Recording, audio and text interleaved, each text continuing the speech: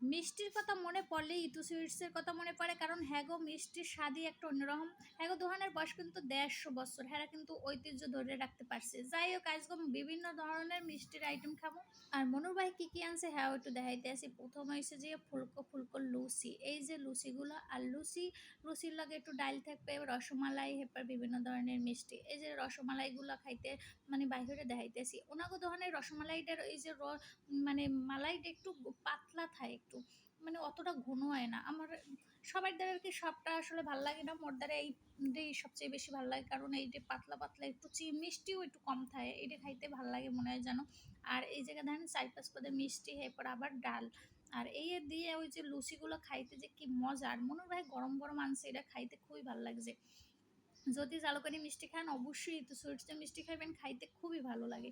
আর এই যে রসমালাইটার স্বাদ অন্যরকম, ওনাকে ওই মানে রসমালাইটার স্বাদই সবচেয়ে বেশি ভালো লাগে মোর দ্বারা মনে হয় যেন।